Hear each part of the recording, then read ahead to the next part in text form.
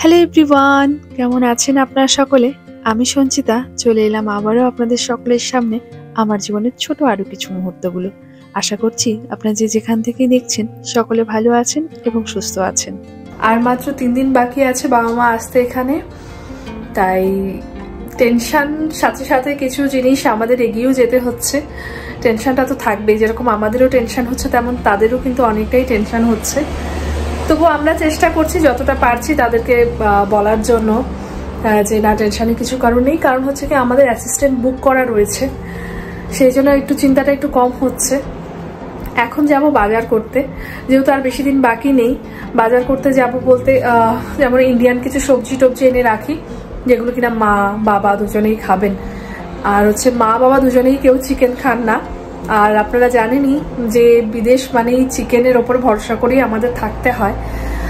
তবুও যেহেতু তারা চিকেন খান না, সবজি টবজি এনে রেখে দেবো, মাছ এনে রেখে দেবো। ফ্রেশ কিছু মাছ পাওয়া যায় এখানে সোয়ানসি বাজারে, সেই মাছগুলো আমরা খাই, আমাদের ভালো লাগে। আর আমার মনে হয় তাদেরও হয়তো ভালো লাগবে, তাই মাছ কিছু এনে রেখে দেবো। আর টুকটাক কিছু যে কি দরকার সেটা হয়তো সেখানে গেলেই বুঝতে পারবো যে কি জিনিস দরকার। আনন্দ প্রচন্ড পরিমাণে হচ্ছে, খুব আনন্দ হচ্ছে। তার সাথে সাথে ওই আর কি যেটাই বললাম আর কি, বারবার একই কথাই মনে আসছে। আজকে এখানে ওয়েদারটা খুবই ভালো, খুবই ভালো বলতে একটু বেশিই ভালো, কিন্তু একটু গরম। আজ কয়েকদিন ধরে এখানে খুব গরম পড়ছে। আজকে যে টেম্পারেচারটা এখানে দেখানো হচ্ছে সেটা হলো 29 ডিগ্রি, মানে 29 ডিগ্রি 30 ডিগ্রি টেম্পারেচার, মানে অনেকটাই বেশি। নর্মালি বেশি গরম হলেও সেটা 21 ডিগ্রি 22 ডিগ্রি 23 ডিগ্রি এরকমের মধ্যেই থাকে, কিন্তু 29 ডিগ্রি টেম্পারেচারটা মানে কিন্তু অনেকটাই বেশি। সকাল সকাল স্নান করে নিয়েছি, মানে সকাল সকাল না, সকালে উঠে ঘুম থেকে উঠে আমাদের ব্রেকফাস্ট কমপ্লিট হয়েছে, তারপর রান্নাটা করে নিয়েছি। কারণ এতটা যখন গরম পড়ে না তখন আর বাইরে খেতে ইচ্ছে করে না, মানে মন চায় না বাইরে খাওয়ার জন্য। সেজন্য বাড়িতেই রান্না করেছি, হালকা পাতলা করে রান্না করেছি। ওখান থেকে বাড়ি ফিরে এসে তারপরে খাওয়া দাওয়া করবো। বাইরে আজকে আর খাওয়া দাওয়া করবো না, আমি বলেই রেখেছি তুনাইয়ের পাপাকে আগে থেকেই। ও বলছিল যে কোথায় খাবে, আমি বলছিলাম যে না, আমি আজকে বাইরে খাবো না, আমার ইচ্ছে করছে না বাইরে খেতে। তাই এখন যাব সোয়ানসিতে, সেখানে মাছ বাজারে যাব, তারপরে যাব সবজি বাজার বা গ্রসারি যেগুলো আনার সেগুলো নিয়ে আসবো। বাড়িতে আটাটাও কম আছে, আটাটাও নিয়ে আসতে হবে। চলুন তবে। সারাটা বছর অপেক্ষা করে থাকি কখন গরমকালটা আসবে, একটু মন খুলে বাড়ির বাইরে বেরোতে পারবো, আর এই বাইরের পরিবেশটিকে খুব সুন্দরভাবে উপভোগ করতে পারবো। নইলে তো জানেনই আপনারা, শীতকাল মানেই সেই বাইরের পরিবেশটাও যেরকম ভালো লাগে না, আর ঘরবন্দি জীবন। তাই তো যারা আমরা প্রবাসী তারা সবসময় আমরা চেষ্টা করি গরমকালে এই সময়টুকু একটু ভালো করে আনন্দ করার জন্য। আর সেই জন্যই এই সময়টা একদমই উপযুক্ত মনে হলো বাবা মাকে নিয়ে আসার জন্য। আর এই যে দেখুন, এখানে এত সুন্দর কানের দেখছিলাম। রাস্তাঘাটে যখনই চলতে চলতে থাকি না, তখন হঠাৎ করে যখন এই জুয়েলারি শপগুলো দেখি, কেন জানি না পাটা আটকে আসে, কে জানে। আপনাদেরও কি তাই হয় বলুন তো? আমি চাইলেও কেন জানি না ওই জায়গাটা থেকে কিছুটা সময় না দাঁড়িয়ে যেতেই পারি না। তোনায়ের পাপা আমাকে দেখে আর হাসে, বলে যে এই তো পা এখন ফেভিকলের মতন আটকে যাবে এখানে। আটকে যা কি না, একটু দেখলে ক্ষতি কি বলুন তো?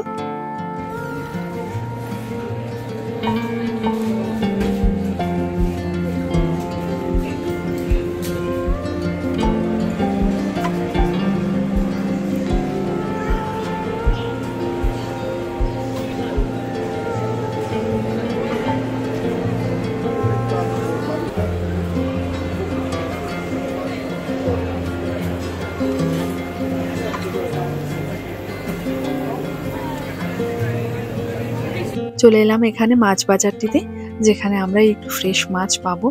আর তার সাথে সাথে এখানে অনেক ধরনের ফলও পাওয়া যায়। তো আজ আর ফলটা নেব না, কারণ বাড়িতে অনেক ফল রয়েছে, সেজন্য ভাবলাম মাছটাই নিয়ে যাই। আর মা বাবা তো শীঘ্রই চলে আসছে, ওদেরকে নিয়ে একটু বেরোবো যখন, তখন ওদের মনের মতন পছন্দ ফল নিয়ে যাব। আর আমার ভীষণ ইচ্ছে জানেন, অনেক আগে থেকেই আমি ভেবে রেখেছিলাম, যখন তাদেরকে আনার চিন্তা ভাবনাও করিনি, তার আগে মনে মনে ভাবতাম যে এখানে তো প্রচুর ফল পাওয়া যায়, আমি বাবা মাকে যখন নিয়ে আসবো তখন তাদেরকে নানা ধরনের ফল খাওয়াবো। আর বিশেষ করে যে ফলগুলো ইন্ডিয়াতে পাওয়া যায় না, সেই ফলগুলো খাওয়ানোর ইচ্ছেটা তো বরাবরই সব থেকে বেশি থাকে। আর এই যে দেখুন, বেশ কয়েকদিন হয়ে গেছে এই ফুলটা আনা হয়েছে। আমাদের বাড়িতে এই ফুলটা খুব আনা পড়ে, কারণ দেখতেও এত বেশি সুন্দর লাগে। আর গোলাপ কার না প্রিয় হয় বলুন তো? আর আপনারা বলুন তো, এই যে গোলাপ রয়েছে সেটা বেশি সুন্দর দেখতে, না গোলাপটির সামনে আরো একটি গোলাপ ছিল সেটা বেশি সুন্দর দেখতে? আর এই যে এখন আজকে আর মাছ আমাদের কাটিয়ে আনা হয়নি, কারণ আগের বার যখন মাছ কাটিয়ে দিয়েছিল তখন আসছিল, তাই না? আর হ্যাঁ, মানে আমরা এরকম রিং পিসটা করি, সেটা মাঝখান দিয়ে ওনারা কেটে একদম পেটের মধ্যে যা ছিল সব বের করে দিয়েছিল।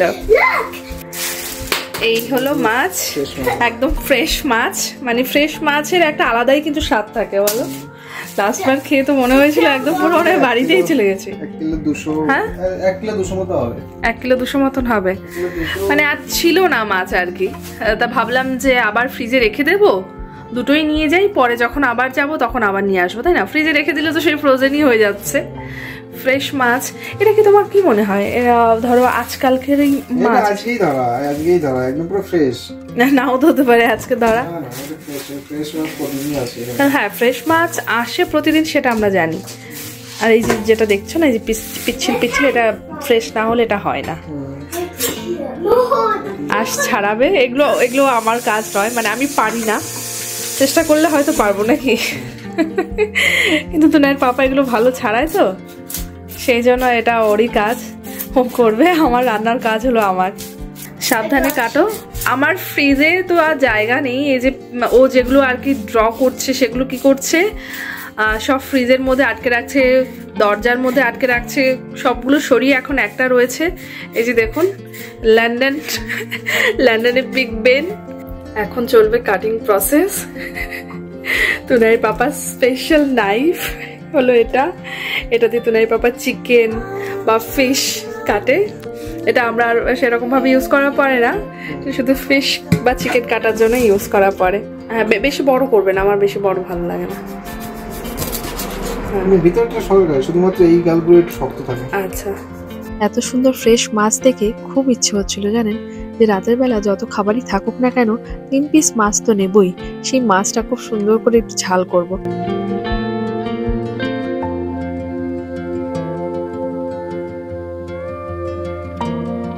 আমাদের 3 জনের জন্য 3 পিস মাছ আমরা রান্না করব। অত নাই, রাতের বেলা একটু মাছের ঝোল করব, খাবে তো? কেন খেতে হবে, ভালো লাগবে বাবা, খেলে ভালো লাগবে। আজ মাছের যে ঝোল যেটা রান্না করছি, এটাকে কাসন পোড়া বলে। আমি আগে জানতাম না বা কখনো ট্রাইও করিনি। একটা দিদির বাড়িতে কিছুদিন আগে আমরা গিয়েছিলাম, সেখানে মাছের ঝোলটা খেয়ে আমার পুরোনো দিনের কথা খুব মনে পড়ছিল। মনে হয়েছিল গ্রামে যখন হাট বসতো, সেই হাটের দিন দাদু মাছ কিনে নিয়ে যেত, আর শীতকালে সেই হাটে থেকে কেনা মাছ যখন বাড়িতে নিয়ে আসতো, মা বা কাকিমা বা ঠাকুমা যখন মাছ কাটতে বসতো রাত্রেবেলা, সেই মাছ দিয়ে যে কত সুন্দরভাবে তরকারি রান্না করতো ধনেপাতা দিয়ে, আর গরম গরম ভাতের সাথে সেই গরম গরম মাছের ঝোল খেতে দারুণ লাগতো। ঠিক সেই স্বাদটাই কিন্তু আমি ফিরে পেয়েছিলাম দিদির বাড়িতে সেই রান্নাটি খেয়ে। তারপরে আমি জিজ্ঞেস করলাম, এটা কি করে রান্না করলে?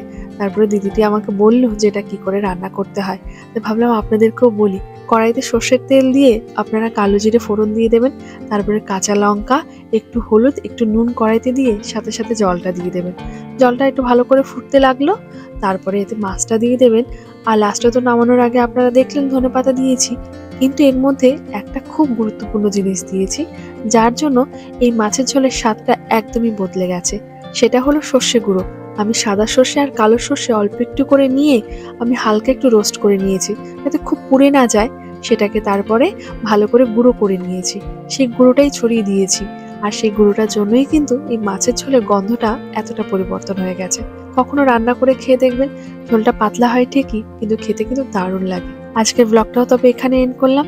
দেখা হচ্ছে খুব শিগগিরই আপনাদের সাথে পরবর্তী ব্লগটি নিয়ে। আমার ভিডিওগুলো যদি ভালো লাগে অবশ্যই চ্যানেলটিকে সাবস্ক্রাইব করার জন্য আর ভিডিওগুলোকে লাইক করার জন্য অনুরোধ রইল। ভালো থাকবেন সবাই, সুস্থ থাকবেন, সাবধানে থাকবেন। দেখা হচ্ছে খুব শিগগিরই।